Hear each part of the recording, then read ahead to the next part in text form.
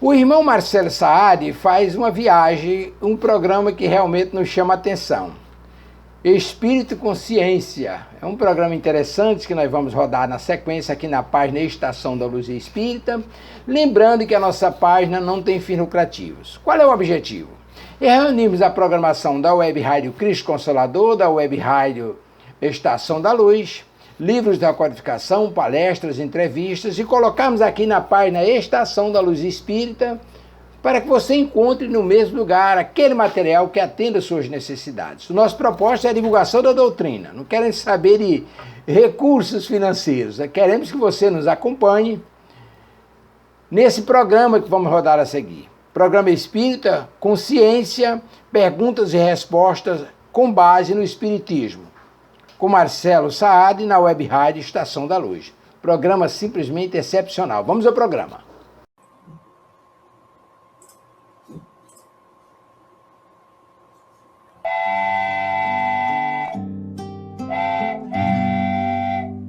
Pai nosso, que estais no céu, santificado seja o vosso nome. Venha a nós o vosso reino, seja feita a vossa vontade, assim na terra como no céu, assim na terra como no céu. O pão nosso de cada dia dai-nos hoje, ó Senhor. Perdoai as nossas dívidas, assim como perdoamos aos nossos devedores. Não deixeis cair em tentação,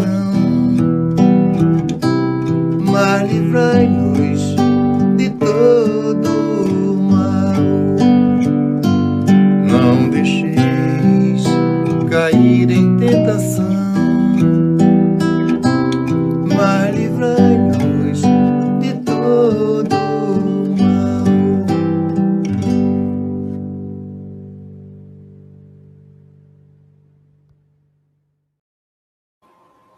Olá, aos amigos da Web Rádio Estação da Luz. Eu sou Marcelo Saad, da Associação Médico Espírita de São Paulo. Estamos aqui com mais um programa Espírito Consciência, onde nós vamos responder algumas perguntas que foram mandadas por vocês anteriormente. Lembrando que as respostas que nós vamos fornecer aqui são respostas através de estudos que eu fiz durante alguns anos, fontes diversas. Então, elas não são a expressão da verdade. Se vocês encontrarem alguma outra resposta que faça mais sentido do que o que a gente vai conversar aqui, fique sempre com aquilo que faz mais sentido dentro do conceito de fé raciocinada e de investigação que foi proposto por Kardec. Então, vamos começar trazendo a primeira pergunta que vocês fizeram. Como esquecer o passado se ele não passa nunca, nem mesmo com efeito da reencarnação? Solange Klein de Itu, São Paulo. Veja, o Espiritismo, na verdade, não nos convida ao esquecimento. Em algumas passagens de algumas obras de André Luiz e tudo mais, se fala em esquecimento das ofensas, no sentido de perdão, né? Mas não no sentido de esquecimento. A gente até não poderia esquecer o passado, porque a gente precisa do passado para o nosso aprendizado, para a gente manter aquilo que a gente conquistou.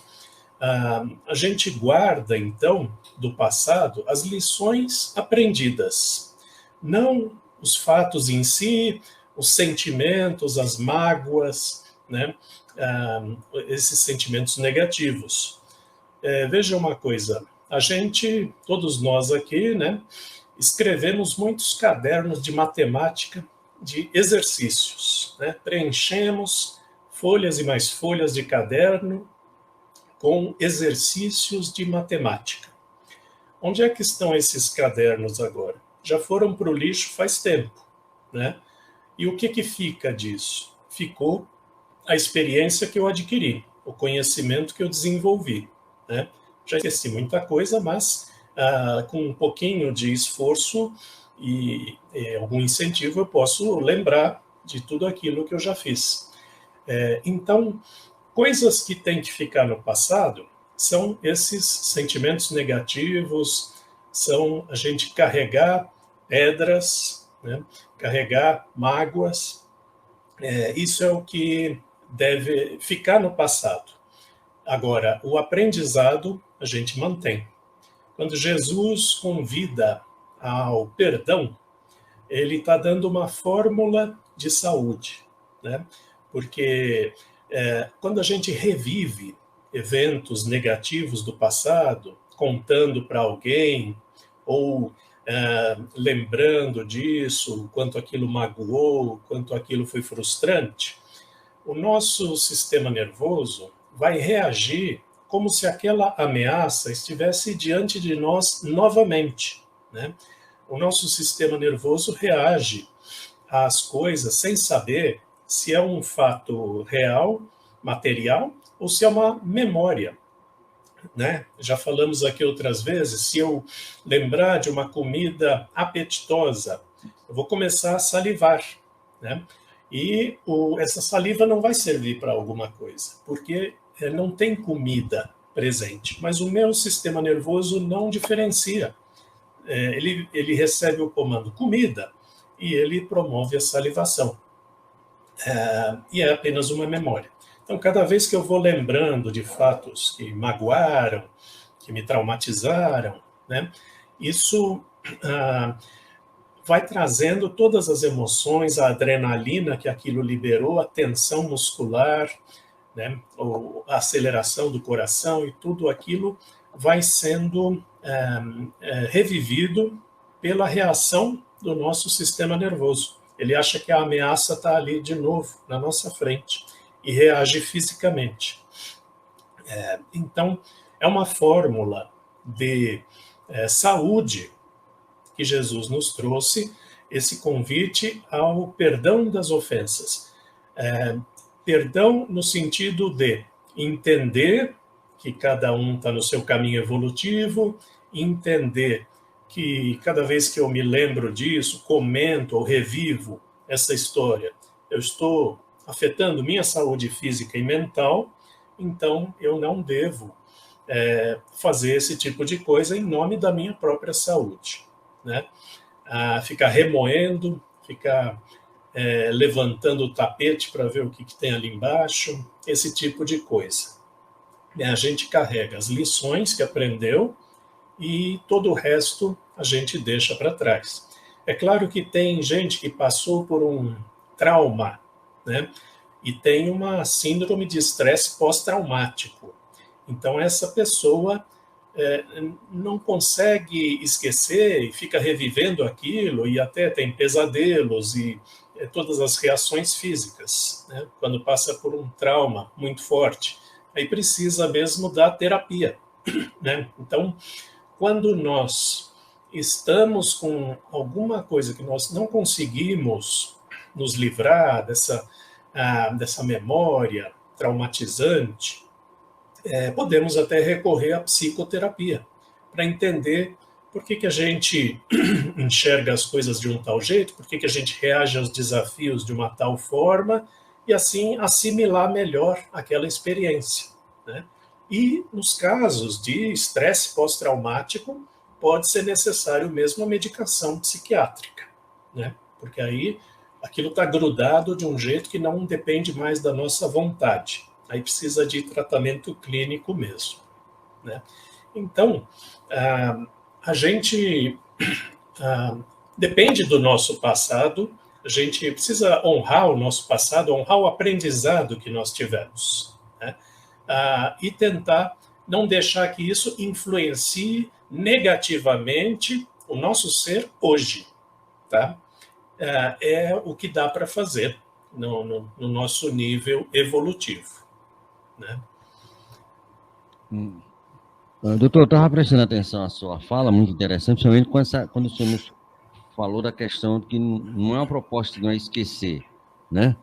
Esquecer pura e simplesmente. Mas aí, quando esse fato, que não seja traumático, mas esse fato que a gente fica repetindo para nós mesmos o tempo todinho. Eu me lembro de um caso, eu quero contar aqui para o senhor, de uma senhora que passou por um vexame no atendimento da casa, que ela queria de um jeito, e a casa nossa oferece de um outro jeito, que tem que seguir o padrão. E ela se sentiu muito ofendida, e ela veio conversar comigo. Então, ela foi ofendida, segundo ela, uma vez. Ela foi e contou aquela história todinha, e é como se ela estivesse vivendo, porque ela contou com toda a mágoa, que a gente sentia assim o baque, certo? Eu disse, a senhora tenha calma. Aí chegou um outro rapaz, né? Aí ela foi e contou de novo. Eu sei que foi cada pessoa que ia chegando, ela ia contando e revivendo, até o momento que eu disse, olha, vamos vir aqui, vamos aqui perto. Porque ela ia falar aquilo 300 vezes. Que é como se fosse um verdadeiro moto contínuo. Como sair muitas vezes, desse moto contínuo que nós entramos, esse 8 que a gente entra para sair, que é uma dificuldade danada? Às vezes, esse tipo de atitude é uma forma de conseguir até atenção.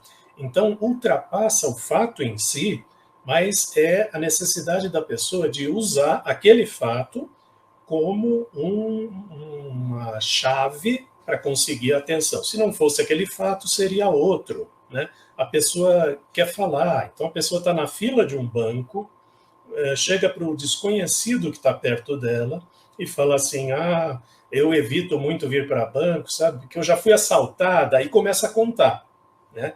Então, ninguém perguntou para ela, tudo bem querer fazer amizade na fila do banco, mas usar isso como gancho para encaixar essa história e conseguir um pouco de atenção, aí realmente é tratar a causa mesmo, a falta de atenção que essa pessoa acha que não tem na vida, né? E que precisa pegar fatos, encaixar numa conversa para conseguir ser ouvida, né? Aí já não é nem o fato em si, é o jeito da pessoa. Bem pensado, como dizia um personagem, bem pensado, coronel, que realmente em fila de banco você encontra umas figuras bem interessantes, sabe? Contando cada história assim que a gente fica... É isso, é falta de atenção. E tem outra pergunta aqui. Opa! No centro em que eu vou tem uma placa, o silêncio é uma prece. Aliás, todo o centro tem, né? Mas não sei como conseguir. Quando não durmo, os pensamentos vêm aos montões. Não consigo nem rezar, nem silenciar. Aí durmo. O que fazer? Solange Klein de Itu, São Paulo. A nossa mente está sempre em atividade, né? Agora, a meditação nos convida a focar em alguma coisa e deixar os pensamentos fluírem como folhas secas boiando num riacho, né? Então, a gente não vai conseguir parar de pensar. O esforço da meditação não é um esforço para parar de pensar, mas é um esforço para que a gente observe isso como assim, um observador sem interagir com aquilo. Os pensamentos vão passando, né? Vão passando e a gente apenas observa com atenção, sem julgar, sem reagir, sem trazer aquilo para nós. Quando a gente está com esse monte de pensamentos atropelando na cabeça, teria até alguns exercícios para a pessoa fazer, né? A pessoa está com um problema, né? Precisa lembrar de que a reforma da casa dela precisa ser feita e não sei o quê, e começa a pensar em como fazer. anota numa agenda de afazeres, planejar a reforma. Então aquilo está anotado, não está perdido, e vai ser feito, vai em algum momento, em outro momento, não naquele, né? Quando a pessoa deita, começa a pensar num monte de coisa, também pode recorrer a esse tipo de elemento. Ó, vou escrever aqui, amanhã, pensar em como arrumar mais dinheiro, né? Como fazer isso. Então, aí a pessoa pode ficar tranquila que o assunto está pendente, mas vai ser resolvido em outro momento, não na hora de dormir e não em momentos em que lá no centro espírita a pessoa precisa de concentração, né? Dizer o silêncio é uma prece, é uma forma de dizer, por favor, façam silêncio, porque o silêncio vai trazer uma claridade mental para você e para as outras pessoas aqui ao seu redor, que vai propiciar o tratamento espiritual aqui proposto, tá? Então, a pessoa faz essa introspecção, esse silêncio. Se começar a aparecer muitos pensamentos, a meditação nos convida a apenas observá-los, sem interagir com eles, sem reagir a eles, sem julgar, né? Sem planejar, apenas observando aquilo passar. E se isso nos pega em momentos que não deveria, momentos inadequados, como a hora de dormir, anota numa agenda, e no dia seguinte você sempre vai ter o hábito de consultar essa agenda e ver, bom, agora eu tenho um tempo, deixa eu tentar programar isso daqui. É uma forma da gente ir adestrando a mente, porque os pensamentos, né, são como um cavalo selvagem, que a gente precisa domar. E se a gente não doma esse cavalo, ele nos leva para onde ele quiser, e nós nem sabemos para onde estamos indo. Agora, se a gente doma esse cavalo, a gente pode utilizá-lo de uma forma útil, nos levando para algum lugar que eu quero, conduzindo esse cavalo para me levar onde eu quero, né? É um exercício, tem várias técnicas para isso, e, de novo, né, quando a pessoa não está conseguindo sozinha, pode recorrer à psicoterapia.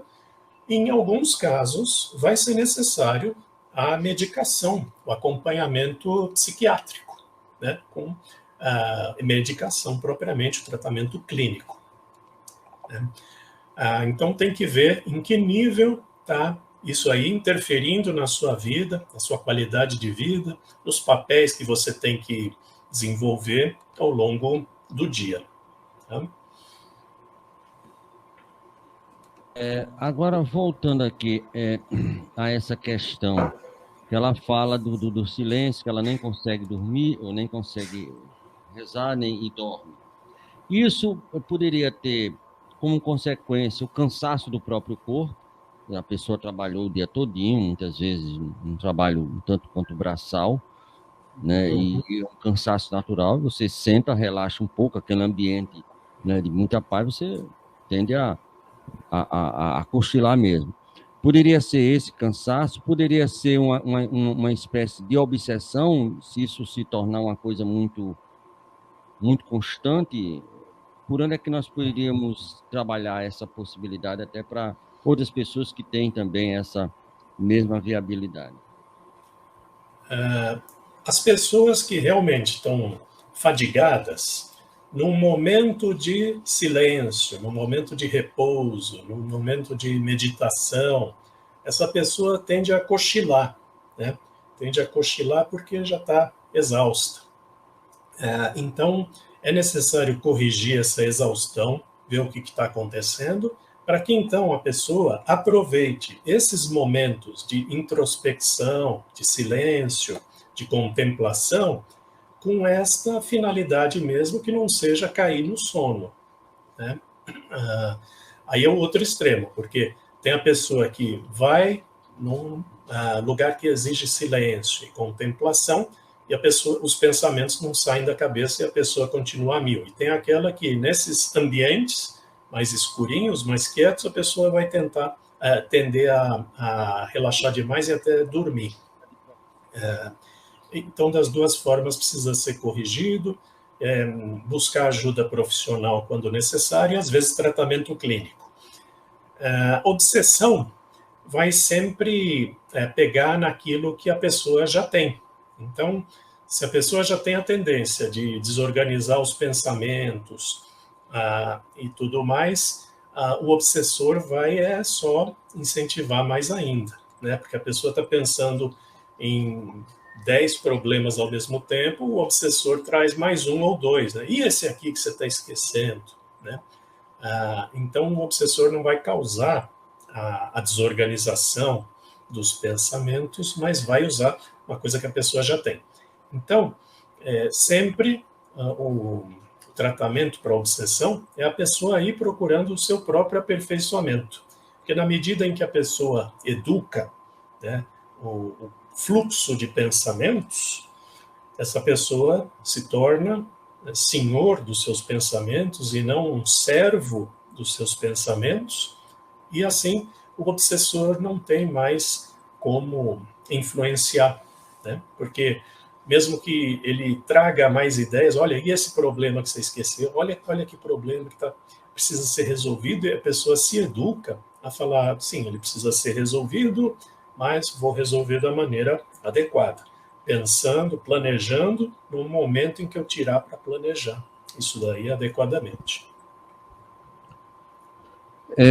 Doutor, eu já vi, eu estou colocando aqui como uma forma de elucidação para quem possa estar nos ouvindo. Já ouvi alguém falar numa casa espírita que a pessoa, quando está nessa dormição, está soltando o ectoplasma, está soltando energia que muitas vezes os espíritos utilizam para fazer algum tipo de cura, algum tipo do passe, água fluidificada. Isso tem algum fundo de verdade ou é só uma crendice que muitas vezes se instala na casa espírita?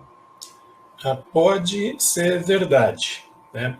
Mas aí a pessoa precisa também fazer uma educação mediúnica para não permitir que esse ectoplasma extravase e esgote a pessoa a um ponto que ela não possa aproveitar uma atividade como o aprendizado numa palestra do Centro Espírita, tá? Então, através da consulta no Centro Espírita, vai ser possível ver se é um caso de mediunidade descontrolada. Aí essa pessoa vai ser convidada a fazer um curso de médiums, né? Sempre começa com o tratamento espiritual, os passes e tudo mais. Mas aí vai chegar um momento em que essa pessoa pode ser convidada a fazer um curso de médiums. Aí ela vai poder fazer essa doação de ectoplasma de uma forma controlada e adequada e que não a prejudique cada vez que ela se sentar para escutar 30 minutos de palestra, né? Aí ela consegue, a própria pessoa consegue se desenvolver e, ao mesmo tempo, colaborar com o desenvolvimento de outros, doando esse ectoplasma de uma forma controlada, né?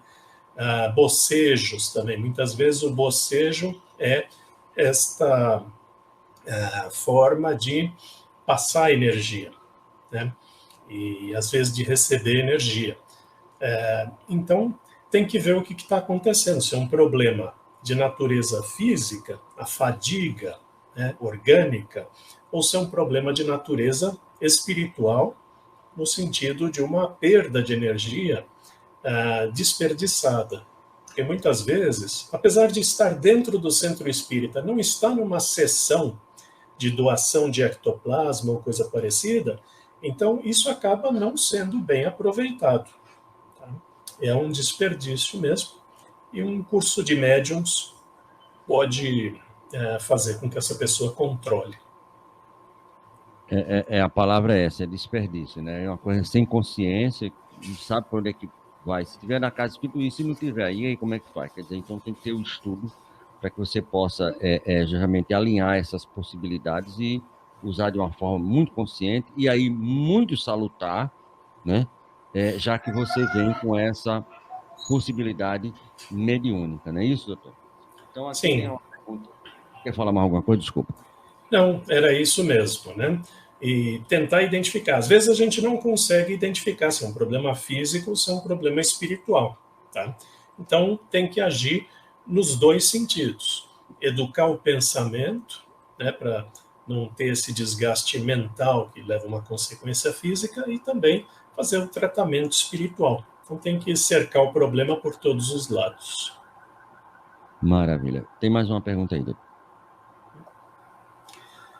Como é vista a festa do carnaval pelos alicerces espíritas Franque de Teresina, Piauí? Ah, não tem uma menção específica que eu conheça ao carnaval, tá? Até porque lá na França, há 160 anos atrás, não tinha nada parecido com o que a gente tem hoje, né? É, seja porque era a França, seja porque era 160 anos atrás. Então, a gente hoje tem uma situação diferente, que não tinha na época de Kardec. Também não me lembro de ter visto na obra de André Luiz qualquer menção específica ao carnaval, mas o que a gente sabe é que o Espiritismo nos convida à liberdade com responsabilidade. E, sendo assim, a gente extrapola esse conhecimento para esse período do carnaval. Liberdade com responsabilidade. Diferenciar liberdade de libertinagem, né? Liberdade é até onde chega a liberdade do outro. Minha liberdade acaba quando começa a liberdade do outro. Senão é uma libertinagem, né? Tentar ter responsabilidade. Tem o livro Sexo e Destino, de André Luiz, que fala especificamente de como o sexo não é errado, né? O errado são os sentimentos que acompanham a sexualidade e o que a gente faz dela, né? Então, essa regra geral do Espiritismo. Não é necessário evitar qualquer ambiente de carnaval, né? O Espiritismo também não nos convida ao retiro, né? A retirarmos da sociedade. Pelo contrário, o Espiritismo nos convida a permanecer na sociedade e aprender com isso e conviver, né? Se a iluminação surgisse a partir do retiro, então nós teríamos que ser ermitões, largar o convívio com a sociedade tão contaminada e tão perdida, para nós encontrarmos a nossa iluminação. E o Espiritismo fala exatamente o contrário. É a gente inserido nessa sociedade, aprendendo e colaborando. Então, se, por exemplo, seu filho quiser ir a um baile de carnaval, né, o que você poderia orientar? Orientar essas coisas que o Espiritismo orienta, né? Livre-arbítrio tem a ver com a responsabilidade. O plantio é opcional, mas a colheita é obrigatória, né? Se beber demais e quebrar patrimônio público, vai ter que pagar, né? O sexo, trazendo consequências. Então, são as orientações gerais do Espiritismo, né? É a liberdade com responsabilidade. Na realidade, pesquisando tanto a revista Espírita, no livro dos Espíritos, não tem, porque é uma festa que basicamente não existia na França. E se existia, era algo muito diferente do que nós temos hoje em dia a nível até do planeta em outros locais. Mas tem um livro que eu até colocando aqui até para as pessoas darem uma lidinha, ele é de 82, se eu não me engano, 1982, do Divaldo e o Manuel Filomeno, projeto Nas Fronteiras da Loucura. Então ele trata deixa eu me lembrar aqui do enredo. Do carnaval no Rio de Janeiro, se uma mocinha vai sair para o carnaval, vai brincar, aquela coisa, todos os cuidados. E a avó dela, que já está no plano espiritual, detecta que tem um mangote de desencarnado, e citando encarnado a pegar a menina e fazer, vários homens fazer o que faz com a mulher. E ela entra em prece, e aí o livro todo se desenrola nesse panorama do carnaval. É a única referência que, assim, mais ou menos, eu tenho de muito carnaval mesmo. Que trata do carnaval, das coisas que são feitas. Tem como se fosse um pronto-socorro que é montado ali perto de onde seria o hospital Souza Aguiar, tá entendendo? Uhum. Então, mas que trata disso. Mas se a gente for mergulhar mesmo na obra, se você botar a palavra carnaval, vai aparecer. O cabo disse, o cabo foi, não fala. É que a palavra carnaval, tem um artigo na Revista Espírita que diz assim, olha, no domingo de carnaval, quer dizer que a festa existia, houve isso e isso e isso aconteceu, e ele faz, mas segundo o domingo de carnaval, mas não tem nada a ver, é um outro fato, é outra coisa totalmente diferente, né? Mas, como o senhor falou, os conceitos do espiritismo faz com que a gente possa ter, e olhe bem, é a segunda, viu, é a segunda pessoa que faz a mesma menção, por incrível que pareça. E o senhor não conhece a pessoa e a pessoa não conhece o senhor. Então, sábado, fazendo uma entrevista, olha, uma coisa é liberdade, outra coisa é libertinagem. Por que eu estou falando isso? Porque eu vou falar a mesma coisa, me perdoe. Eu sou ex-aluno do Salesiano, é um colégio católico, eu devia de 8 para 10 anos, mais ou menos, e a gente ia fazer a primeira comunhão, né? Comer a hóstia, que eu achei que ia ficar com a barriga cheia e não fiquei. Foi uma decepção danada, viu? Aqueles que eram o corpo de Jesus e tem que ficar em jejum. Uma coisa de menino. E um padre, eu esqueço o nome dele, e nunca esqueci isso. Ele disse, olha, e hoje em dia vocês não podem confundir liberdade com libertinagem. Ele explicou bem direitinho, e aquilo ficou marcado de forma indelével na minha cabeça. E aí, sábado passado, o Hélio Tinoco falou, e hoje o senhor repetiu basicamente a mesma sentença, não é isso, doutor? A gente não precisa fazer um recolhimento, ficar em prece pelas pessoas perdidas nessa vida durante todo esse período, né? Podemos ter algumas atitudes parecidas com o que tem a Aliança Espírita Evangélica. Num tempo em que eu estava envolvido com a Aliança, a gente fazia o nosso encontro anual no fim de semana do Carnaval. Todo ano era no fim de semana do Carnaval, né? Para a gente, então, ali estar sendo como um foco de luz, vamos dizer assim, para que a espiritualidade pudesse fazer uso também. Então, não é necessário chegar a esse nível, mas a nível individual também nós podemos encontrar diversão, encontrar descontração de formas que não nos degradem, que não tragam consequências pela lei de ação e reação. Tá? É o modo de cada um de se divertir. Liberdade com responsabilidade. O senhor tratando disso, nós temos aqui em Natal a Conferne, a Confraternização dos Espíritos, vai fazer 45 anos, que é justamente no período de Carnaval. E foi arquitetado, o seu Augusto e outras pessoas já estão todos no plano espiritual, justamente por isso, para tirar a juventude, trazer para o ambiente, não era um recolhimento era para botar ali os jovens ali conversar e tudo mais. E a gente participou durante muitos anos, ainda estamos participando.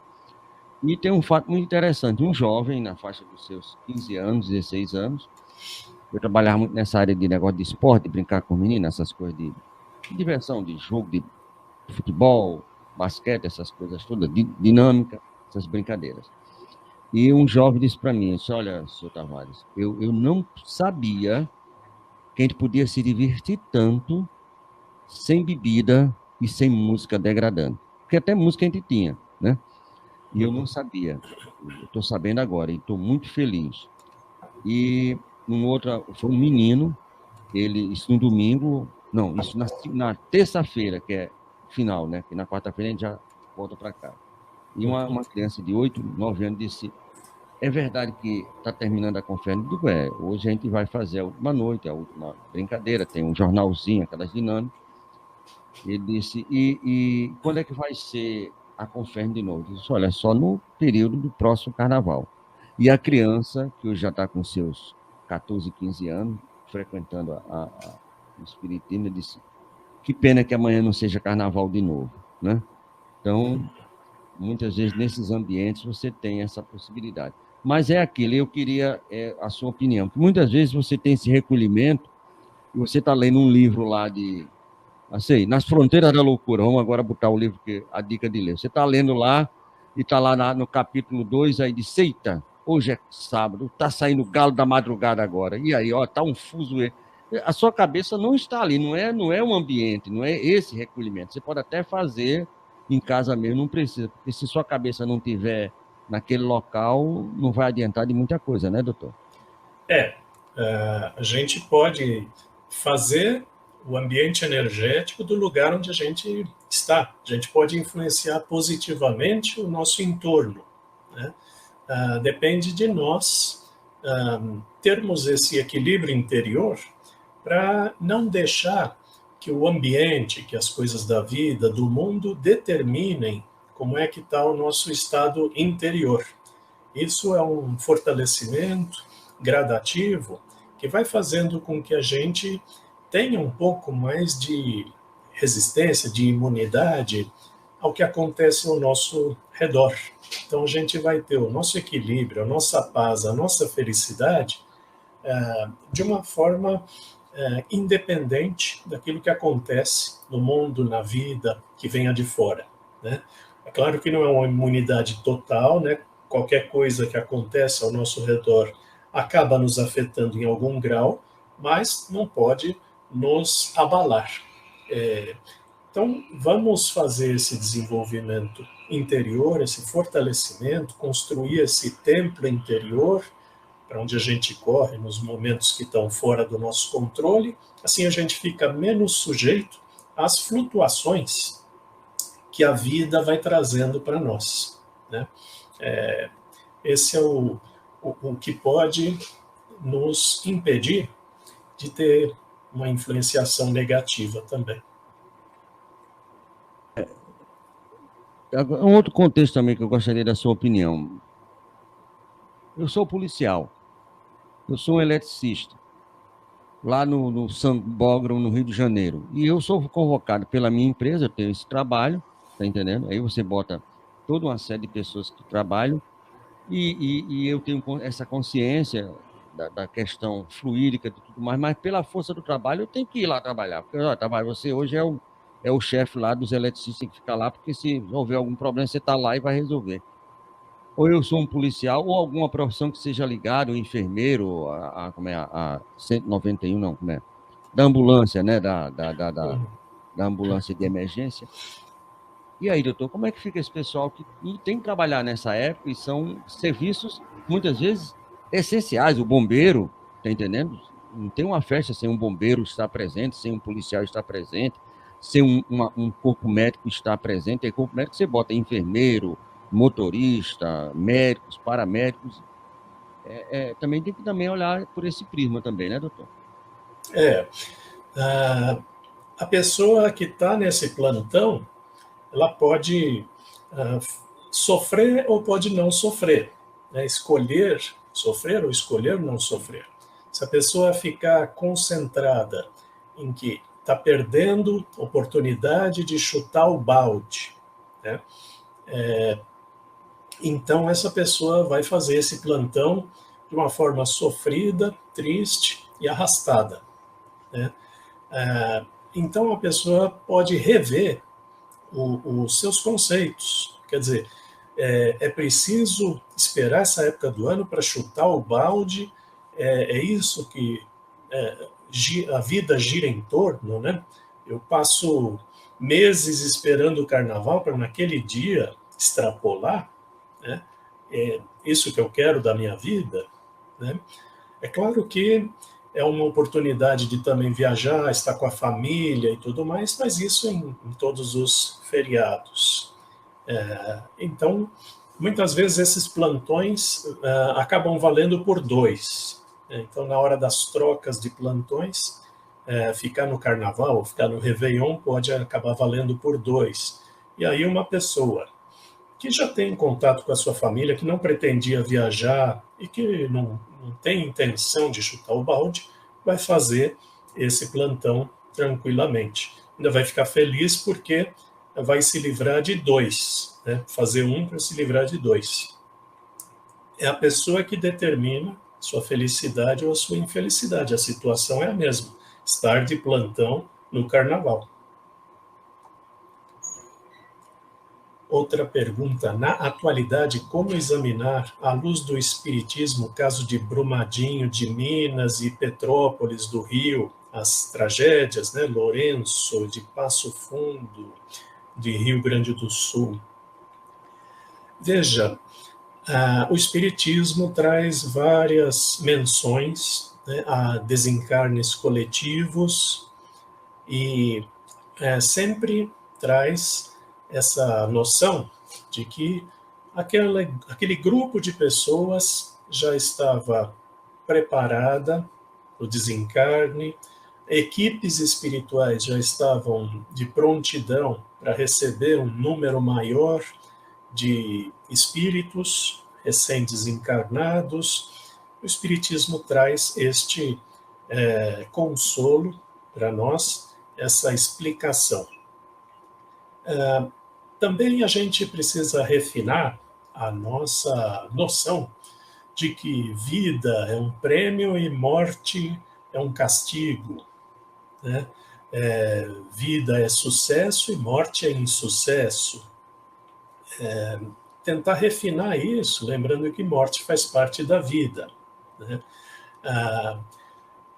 Mas essas pessoas já estavam preparadas para desencarnar, se encontraram no mesmo lugar. Temos casos no mundo inteiro, casos até muito mais dramáticos, de tsunami, né, que leva um reator nuclear no Japão a descompensar e irradiar toda uma região, danificar muito mais, terremotos que matam 100 mil pessoas em lugares que não tem uma infraestrutura para aguentar esse tipo de catástrofe, né? Os prédios são mal construídos, eles vêm abaixo e matam dezenas de milhares de pessoas, né? Isso vai acontecendo no mundo inteiro e a interpretação do Espiritismo é o desencarne coletivo de um grupo que já estava preparado, né? Um avião que caia também, esse tipo de coisa. Algumas vezes é prova, algumas vezes é expiação.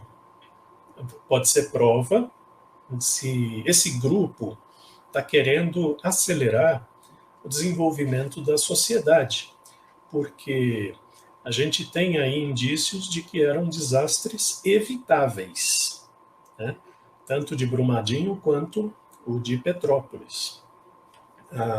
Diferente de outros que seriam inevitáveis, o tsunami, o terremoto, né? Claro que no terremoto você poderia ter também uma prevenção, prédios bem construídos para aguentar isso, uma legislação que obrigue essa segurança, né?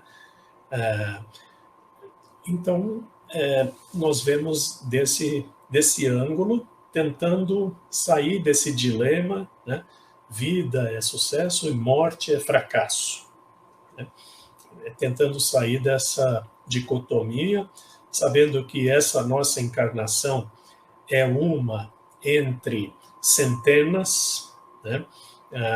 Já tivemos, talvez, mais de 300 encarnações e teremos mais X, não dá para saber, né? Nessa cadeia aconteceu esse tipo de coisa com algumas pessoas.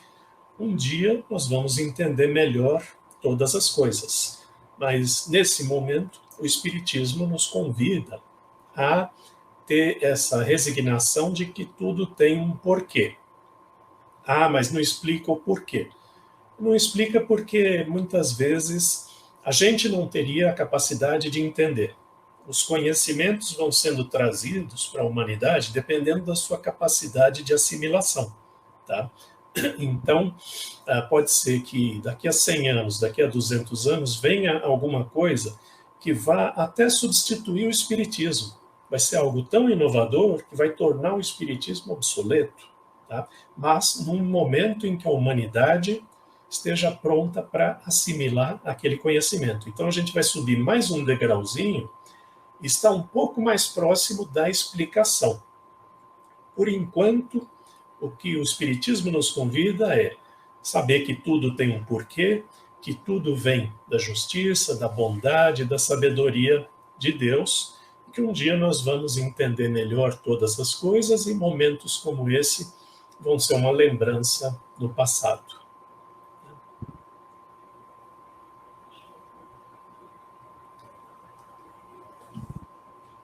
Tavares?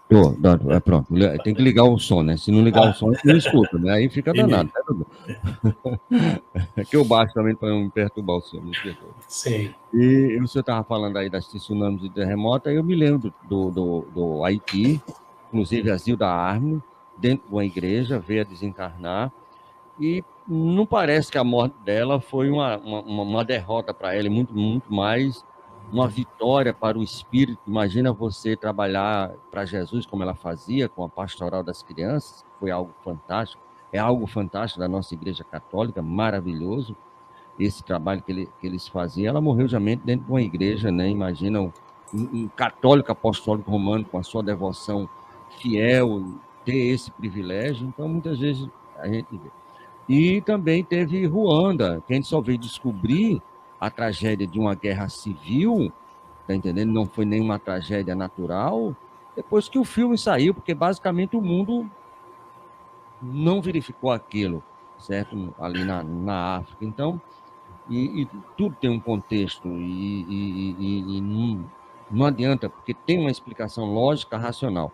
Muitas vezes a gente não quer, pela dor, né? Isso muitas vezes constrange, entender por que aquilo ocorreu. Aí tem uma amiga aqui em Natal que diz assim, Tavares, é interessante, a maior pena do Brasil, do Código Penal, é 30 anos, né? E quando você cumpre a pena, e ele disse, Tavares, eu nunca vi ninguém cumprindo 30 anos, porque sempre tem aquele negócio que acaba saindo. Você vai embora, você é liberto. A morte é uma libertação. Então, quem morreu, cumpriu já a pena e já pode ir embora. Então, quem ficou ainda tá cumprindo a pena. E a gente vê dessa maneira, muitas vezes, equivocada. Que a morte é, queiramos ou não, entendamos ou não, aceitemos ou não, é a libertação de uma tarefa que foi cumprida, ou bem ou mal, mas que viemos justamente para cumprir, dentro da melhor forma possível, essa tarefa, né, doutor? Sim,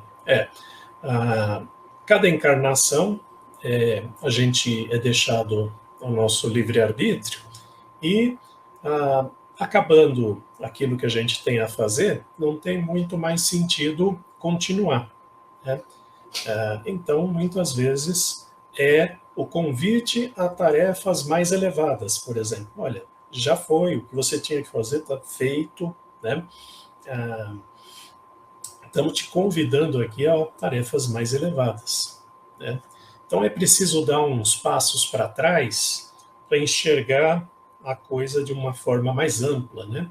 Não focar tanto na árvore, focar mais na floresta. Isso pede um afastamento e um entendimento melhor das coisas.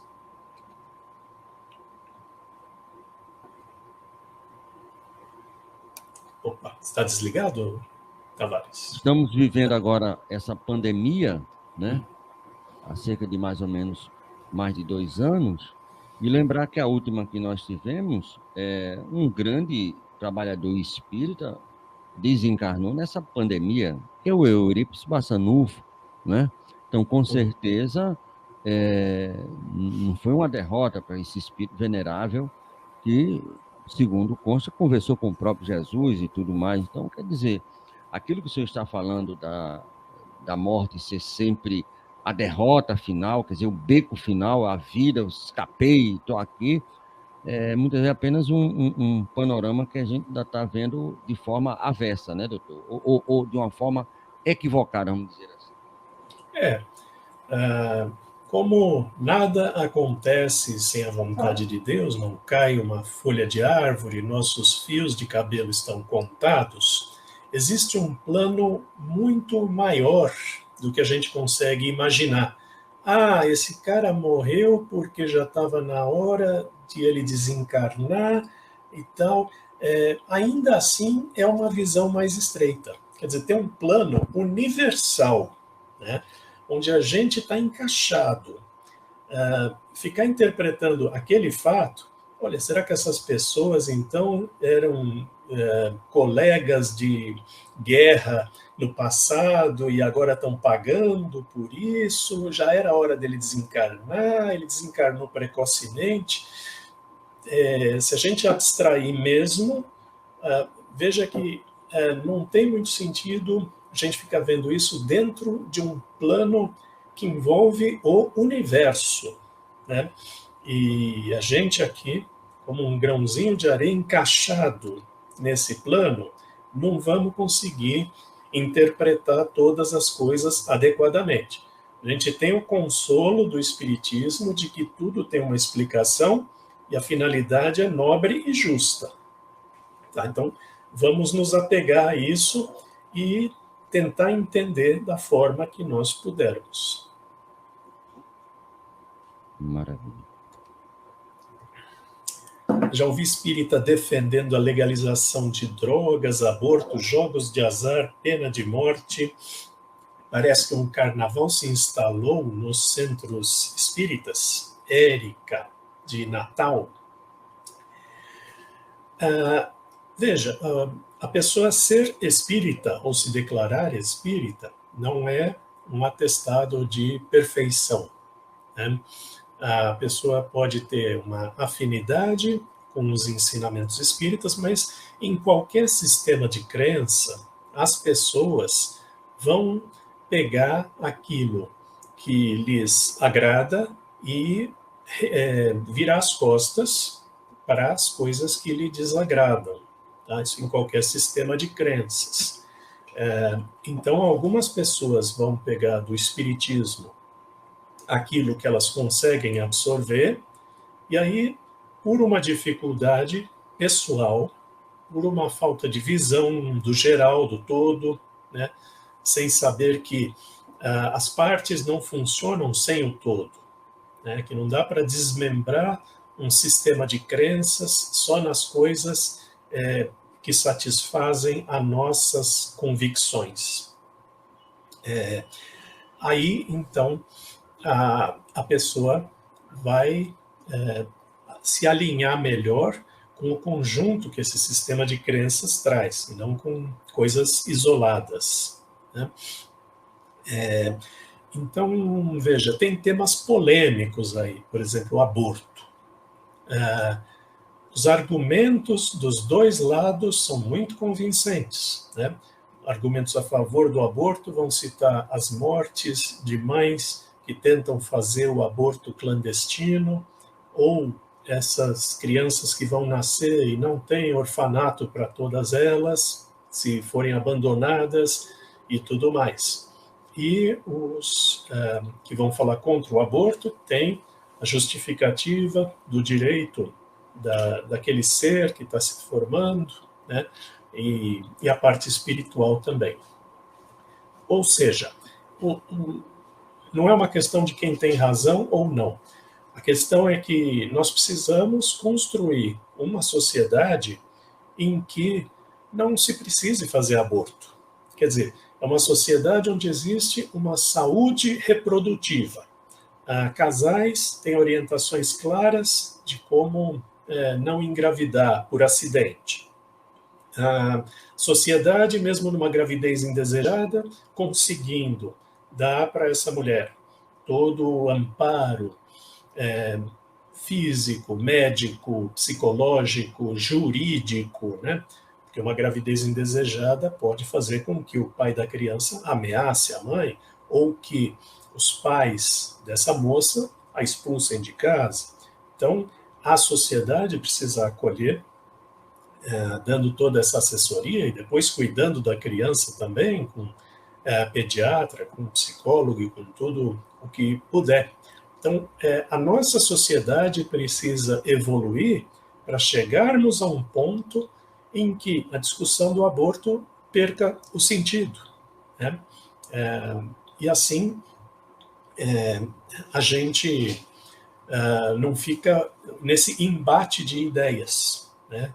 Porque sempre os dois lados vão querer ter razão e tem argumentos para esses dois lados. Então, veja, vamos fazer então a nossa parte. Se um centro espírita, oficialmente, né, como instituição, se coloca a favor de alguma coisa que contraria uma atitude cristã, a gente vai se afastar desse centro espírita, né? Se são pessoas individualmente que têm essa incoerência, a gente se afasta dessas pessoas, ou se essas pessoas estiverem abertas à conversação, tentar convencê-las da contradição e tudo mais, né? E a nossa sociedade é contraditória, né? Se proíbe drogas, mas não proíbe bebida e cigarro, né?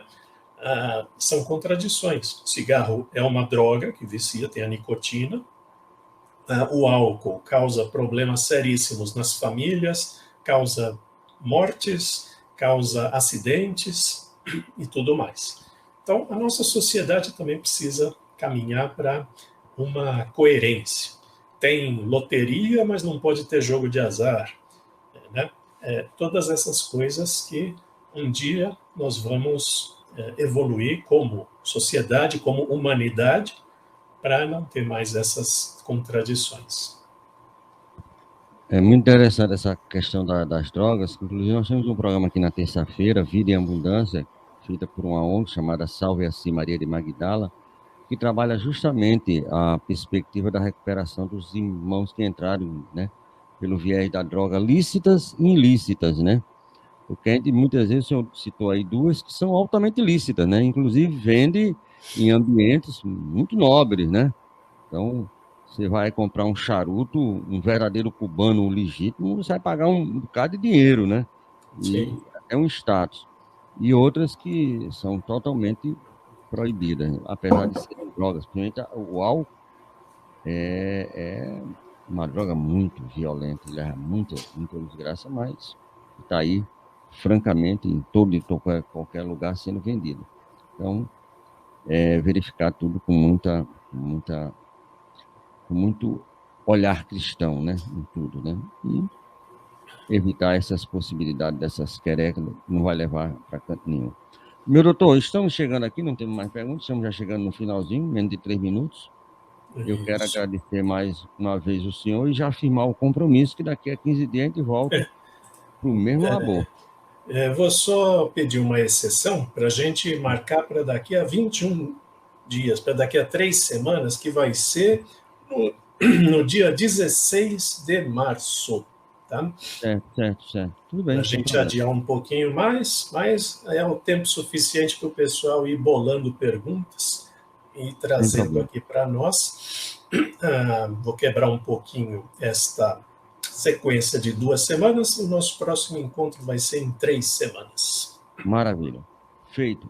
Como diz o outro, aceito, reconheço, firma. Estamos aí. Muito obrigado, meu doutor. Muito obrigado por tudo. Até daqui a 3 semanas, se Deus quiser.